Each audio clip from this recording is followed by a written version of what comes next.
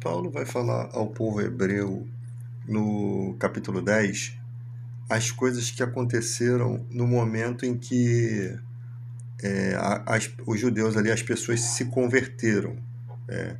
E ele vai falar, lembrai-vos, é versículo 32, lembrai-vos, porém, dos dias anteriores, em que, depois de iluminados, sustentaste grande luta e sofrimento.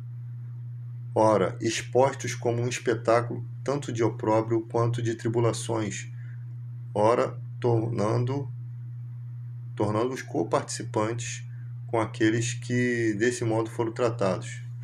Porque não somente vos compadeceste dos encarcerados, como também aceitaste com alegria o espólio, aqui no caso é roubo em algumas traduções, dos vossos bens, tendo ciência de possuirdes vós mesmos patrimônio superior e durável. Ele vai falar que o justo, ele vive da fé.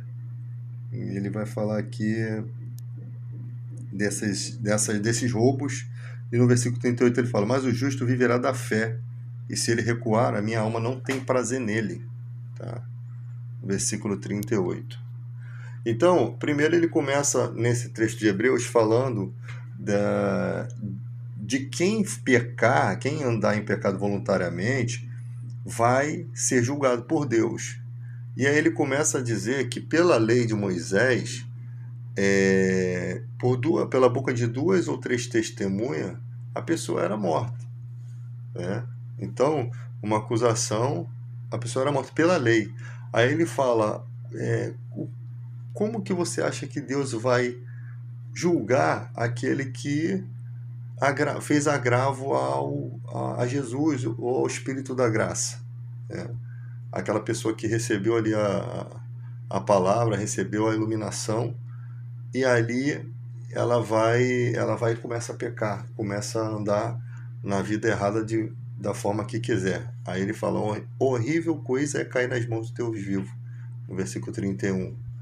Então, aí ele vai dizendo sobre o sofrimento daquelas pessoas, para que eles se lembrem que lá no início eles foram perseguidos por conta da palavra, eles passaram por grandes coisas, e ali naquele momento chegou uma época em que parece que as coisas estão mais tranquilas, mas ainda existem certas situações em que as pessoas se desviam mesmo na abundância, né?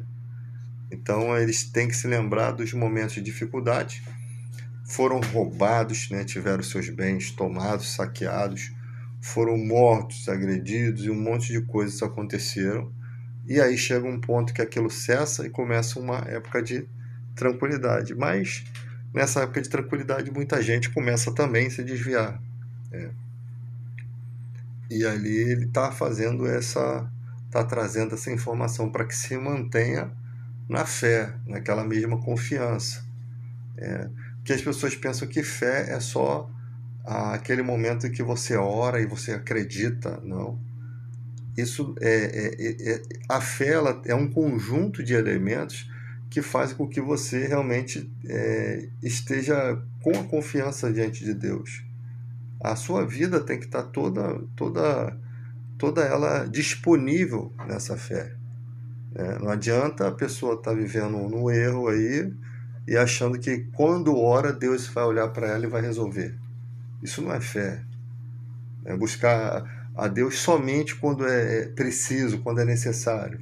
Se fosse assim, o Judas Iscariote o Satanás não tinha entrado no Judas Iscariote, que ele passou a vida toda ao lado de Jesus e continuava cometendo seus delitos, até o dia que ele chegou a um ponto de trair e reconhecer que traiu um homem justo, porque ele caminhou com Jesus e viu que Jesus não era o que menos, o que nunca mereceria aquela situação. E aí como é que acaba a vida dele?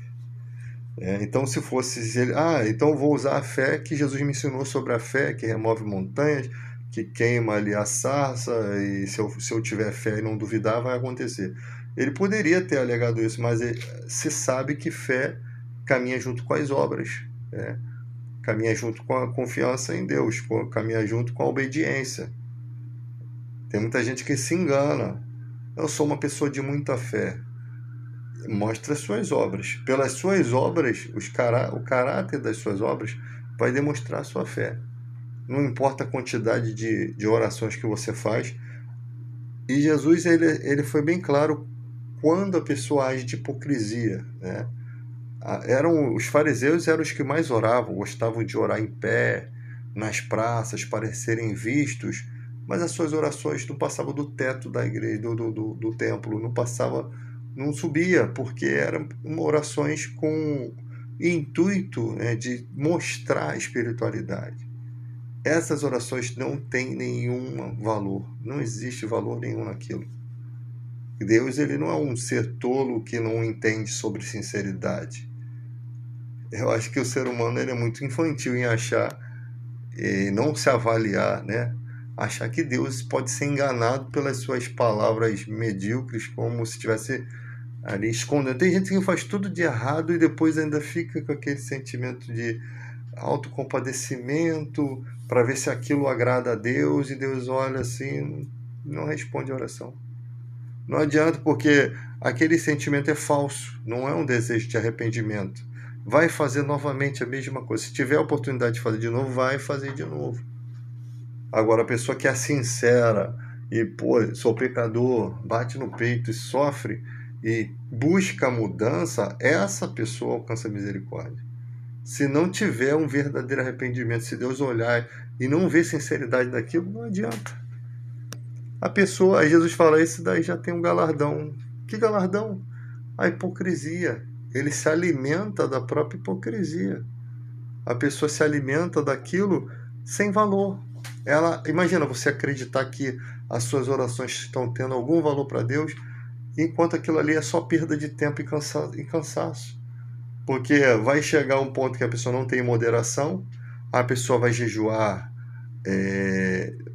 ao extremo, né? Tem gente até que morre por conta de jejum, vai orar ao extremo, vai inventar formas de orar como se automutilasse, se sacrificando, se de joelho e virando noite e se desgastando, quando na verdade um simples ato de sinceridade na porta fechada do teu quarto, reconhecendo suas limitações, procurando mudar, já seria um passo o único passo na direção certa. Então, não adianta, a pessoa vira do avesso, a pessoa faz o mal e acha que pode colher o bem rapidamente, instantaneamente.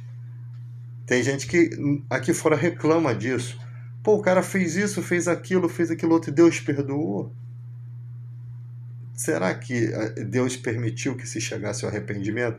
Aquela pessoa pode se sentir perdoada, dizer que está perdoada, achar que se sente perdoada, só que o tratamento é entre ela e Deus.